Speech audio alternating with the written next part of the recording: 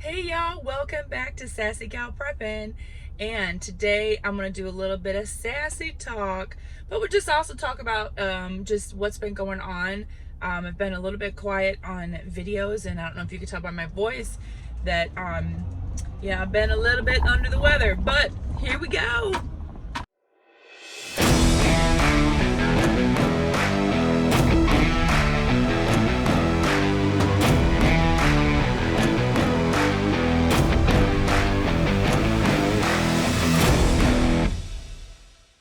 Okay, so the big thing in the prepper community right now that I've been seeing, at least on Instagram, I haven't seen so much on YouTube, although I've seen little things here and there about it, but on Instagram there seems to be a big I don't know what to call it, a big infighting or something amongst people in the prepper community about this movie, and I'm not exactly sure why. I don't understand why it's so controversial, because we're talking about children here. And why are we talking about, like, arguing over the statistics on whether this thing is right or not? Or they're saying it's a QAnon thing. There's an investigation into Operation Underground Railroad. We're not sure about the owner. Trying to smear this man, his organization, and of course this movie. And it's amazing the lengths that the opposers who do not want this movie to be successful, do not want this information to get out there. It's amazing the lengths that they are going to put a stop to this. If you have not heard, there are movie theaters across the country that are showing this movie. There are all kinds of issues with this movie, from being shown that it's sold out online, so when you buy tickets it looks like you can't go to the theater. Then people get to the theater and they say, wow, this said it was sold out, and there's only like 8 people in the theater. There are situations where the air conditioning isn't working inside the theater. That's the only theater inside a multiplex that's not working. Just happens to be that way. The media is using words that this movie is a controversial movie. Remember a video I did a while back talking about how words matter?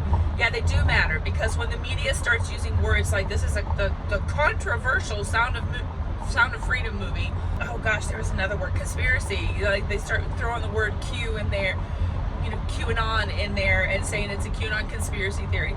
This kind of stuff, this is modern day slavery. It is going on, and the United States is the largest consumer, okay? And this should make every United States citizen, every parent, every person, it should be appalled, should be embarrassed that the country that we live in is so sick and disgusting. And so I don't understand why there's this thing about I've seen some videos come out from some big time preppers, homesteaders, that kind of thing, where they're talking about the person behind Operation Underground Railroad. That's Tim Ballard. Like, he can't be trusted. His organization is this. He stepped down, or he resigned after da da da. No, all of that is not true. Okay, so there's a certain big time prepper person out there that made a video and said that, well, I can't support this Sound of Freedom movie because of all of this other stuff. Well, and he says, do your research. And I'm saying, I've done my research, and I've followed Tim Ballard for a long time, long before I even heard about this movie. And I followed this organization from probably the very beginning of it, and I donate to it. Tim Ballard came out on Instagram yesterday, which was July 17th, and came out and he said that, people are saying that I actually traffic kids. It's all false. Plus, he made a statement on Twitter that he started a new organization, which means, yes, he did step away from full-time Operation Underground Railroad and started something called SPEAR. And that organization is going to fund any other group out there that is going to go and rescue children. And he said, if your group, if group ABC wants to go out and and they're rescuing children, and you're good, great, we're going to give you money and we're going to help you, because that was the basis why he got started into all of this, was because he wanted to, he was having problems with funding, having problems with being tied down by government regulations, and so he went in and started his own organization, and now he's starting this one, which is actually going to fund other organizations. So did he step away from Operation Underground Railroad? Yes, but he didn't resign because of controversy, or because, you know, the heat was on, or some investigation or whatever. Now, can't argue the timing on that. However, he planned this long before the movie came out. So if you do your research, sir, if you do your research, you will find out that there's no controversy here. It is the extent to what the other side wants to shut this down and shut him down and make him pay. Now, if you will also note the actor that played Tim Ballard in the movie, Jim Caviezel, he also played Jesus Christ in Mel Gibson's movie, Passion of the Christ. And when that movie was being filmed, and I forget how long it took for all of that movie to be filmed and stuff, Jim Caviezel went through so many attacks. There were attacks on the movie, there were attacks on him, there were spiritual attacks on him, there were physical body attacks, and then what he went through, the crucifixion scene. I have yet to see this movie. I need to see it. I just thought it would be too intense. Anyway, the amount of physical suffering that Jim Caviezel went through, and the weight loss, and all of that, and plus the attacks that were just coming on and coming on and coming on, because of why, you know, they're doing a movie about Jesus, and it was, you know, Mel Gibson trying to be realistic, I guess is what I'm trying to say. So it was this movie, this Sound of Freedom movie was realistic. I want to come on and just tell y'all, don't get caught up in all of the back and forth. You make a decision on whether or not you want to support this movie. I will tell you that Angel Studios is the one behind this movie. However, they weren't the ones that actually made it. Okay, y'all, in a nutshell, this is what happened. This is the timeline of how The Sound of Freedom came to the big screen. Okay, so the director of the movie, his name is Jose Alejandro Gomez Monteverde, and he is the director and co-writer of Sound of Freedom. Okay, it was originally produced in 2018. Disney acquired 21st Century Fox, which is the original company that it was filmed under.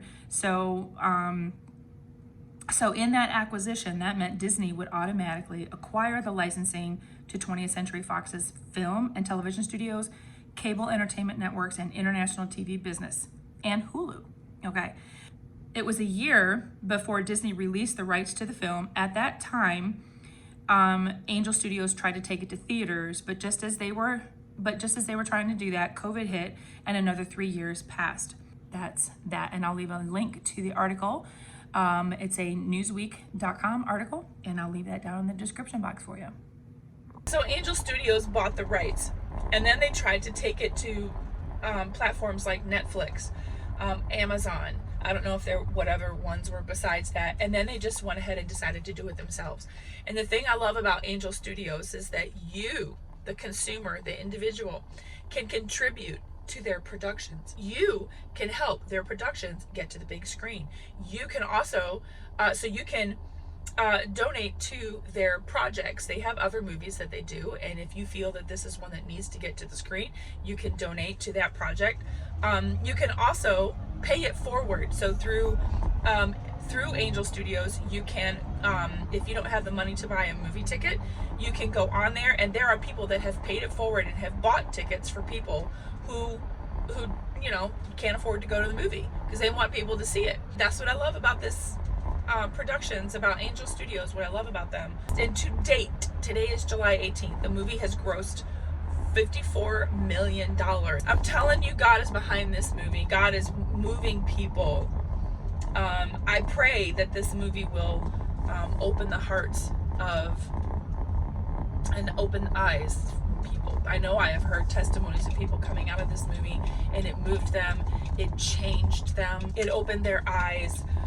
Some people didn't want to go see it. I've heard others say that they don't want to go see it because it would be too emotional for them and too triggering. And yes, I get it. Coming from a background of sexual abuse, it was triggering.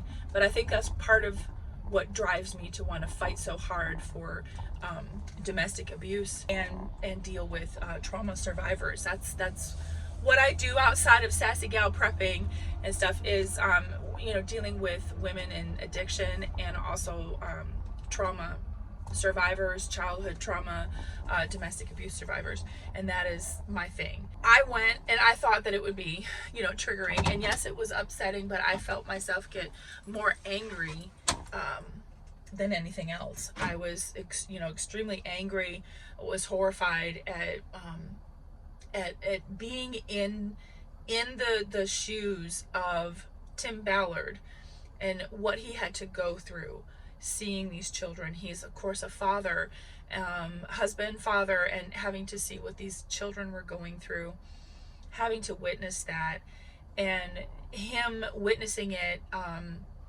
as when he was in the FBI task force or whatever it was when he started out, and he would only see it on screens. He was getting pedophiles or perpetrators who were promoting and selling child pornography and things like that, or selling the the kids. When he actually saw these kids in person, he's like, oh my gosh, this is a real kid, and this real kid is hugging me, and I have kids this age. And it affected him on a deeper level, which is why he got in to start doing what he was doing. Trying to put myself in his shoes and listening to his accounts, listening to his interviews, his personal experiences, because this movie is based on a true story. There's a few things in there that artistic license, right? We're told a little bit differently, but basically, the movie, it's a true story. So that's the big news out there, is that this movie is stirring up people. And in some ways it's surprising to see what I've been seeing on Instagram and listening to other people that are just trying to make a mountain out of a molehill. And so I'm here to tell you, if you are thinking about seeing the movie, and I encourage you to do so, please do not take children to see this movie. It's up to, obviously your children best, but I would not take young children to this movie, and I would question the teenagers that you have in your home if that is something that they want to see. But it was done very well. So for those of you that are sitting on the fence and not sure if you would be able to handle the emotions of the movie, I say I hear you.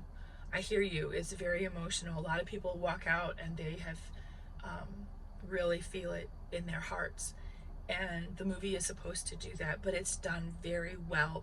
You are not going to see anything disgusting, as far as, I think y'all know what I'm talking about. You're not gonna see anything like that, but it's the situations and the things that are implied, that's what you'll see.